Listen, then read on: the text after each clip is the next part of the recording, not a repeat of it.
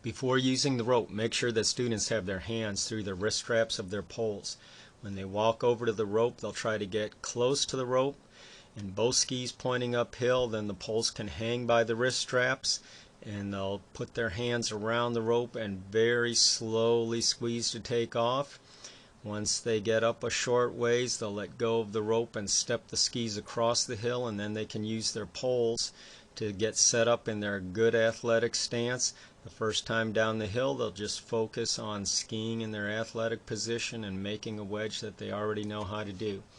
Now we're ready to start talking about turns. We'll practice statically, and if they have their poles, they can lift up one of their skis and just try pointing their toe across the hill and back. They'll get a feel for turning their foot by doing this a couple of times.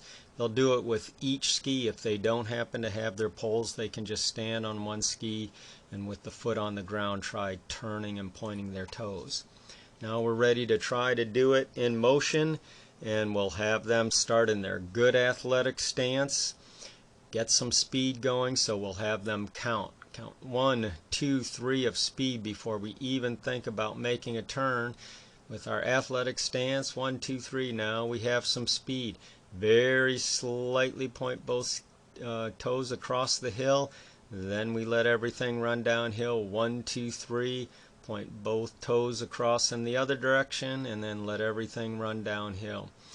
So the issues that we will have is trying to turn too quickly. So many of them will take off, and instead of counting 1, 2, 3, they'll want to turn right away, so they won't let this speed build up.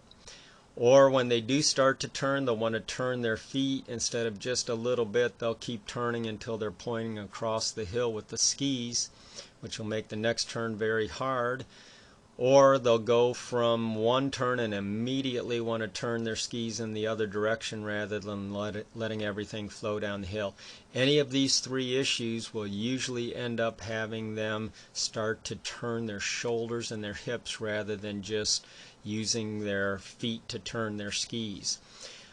Usually too, you'll notice that that first time down, when they start focusing in on the turn, just changing their focus to turning, many of them will lose their stance, and you'll have to start making them aware that they've got to stay in that stance even though they're now thinking about turning their feet.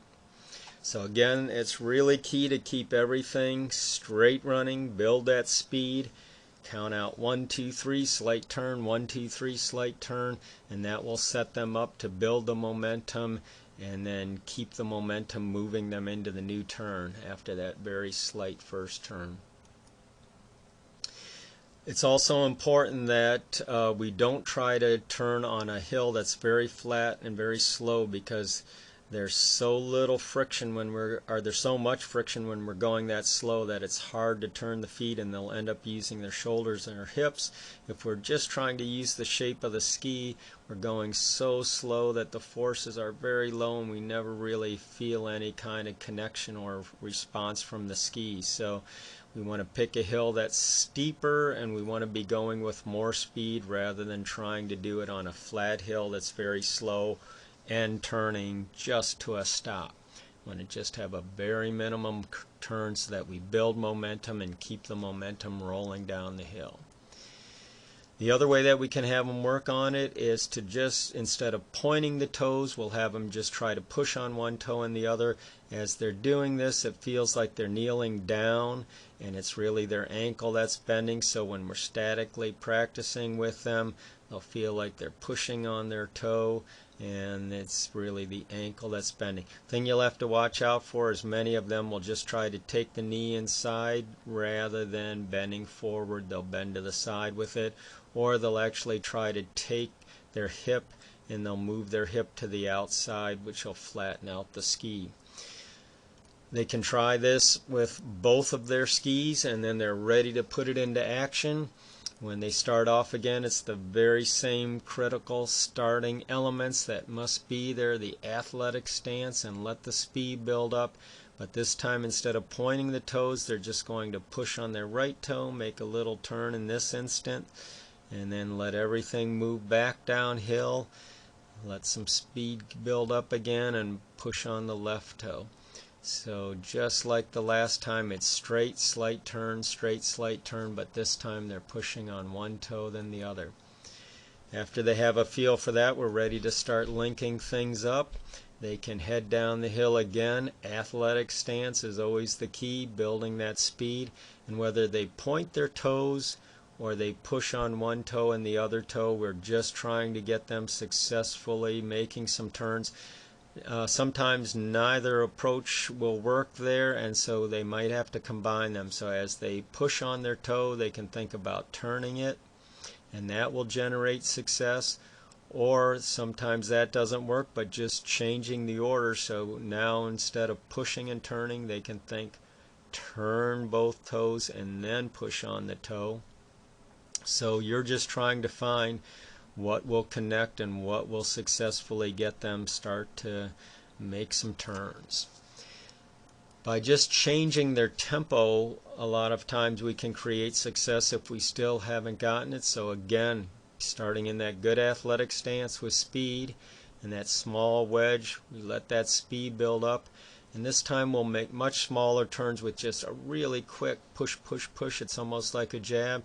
And this time it's just push on one toe, right toe, left toe, right toe, left toe, right toe, left toe, and we'll often get success here if we haven't been able to get it.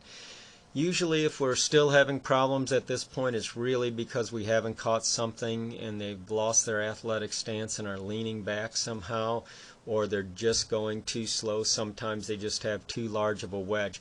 Two other options though, if we want to try them and we think we've got everything else set up, they can just start in a wedge and do a little stem, which is just pushing out the heel of one ski and then stepping on it.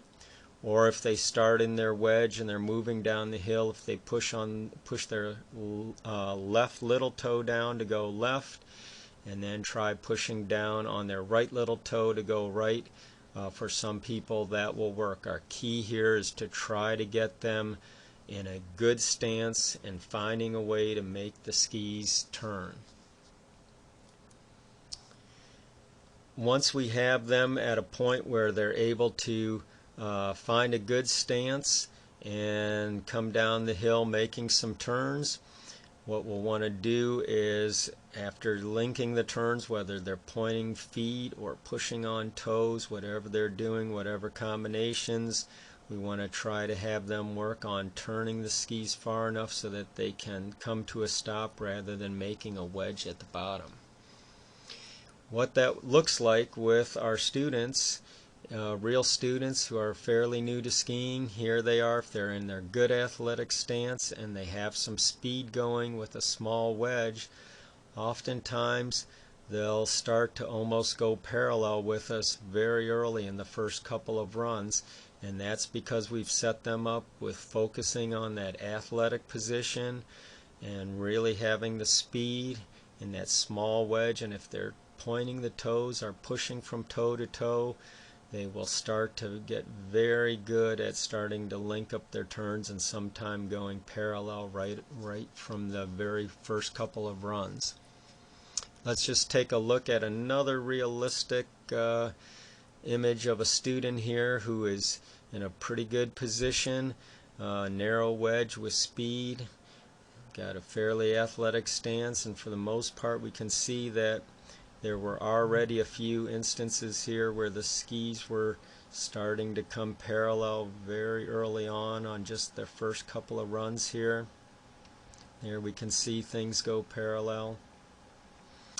And again, they are doing some banking and rotating, and everything is not perfect, but if we set them up with the prerequisites, their ability to focus in on turning and getting better and better as we coach them, remind them about their athletic stance, it just keeps getting better. So hopefully that's what our image is of. If we take the students too high, they'll oftentimes we'll have to use a traverse with them to keep them into a good position. They'll oftentimes look like this, like they're standing back on their heels. They may come back even farther and bend down so it looks almost like they're sitting on a chair. or they may at the waist end up leaning back at the waist and look like this. So if our students are out of position, it may be because we've gone too high with them, or maybe we've never really corrected their position very well, and now we've taken them higher and it's just gotten worse. But if we have to use a traverse, it's usually an indication that we have a problem with their stance and that their turning skills are not real good. And so we'll probably be best if we try to get down to somewhere where the terrain is not as challenging for them.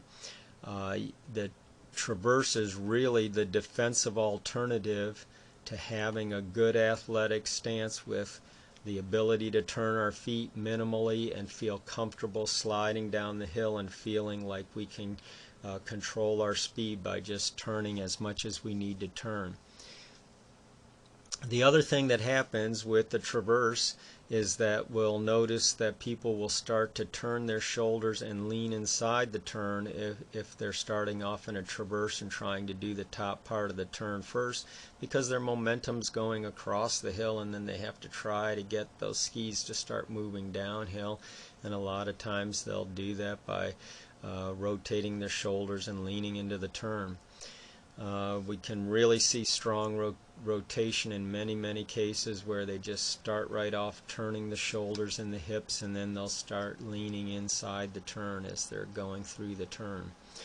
So again, we'd rather see those images like we just saw of new skiers heading down the hill in a good stance and starting to get a feel for turning their skis, rather than being out of position and rotating and banking.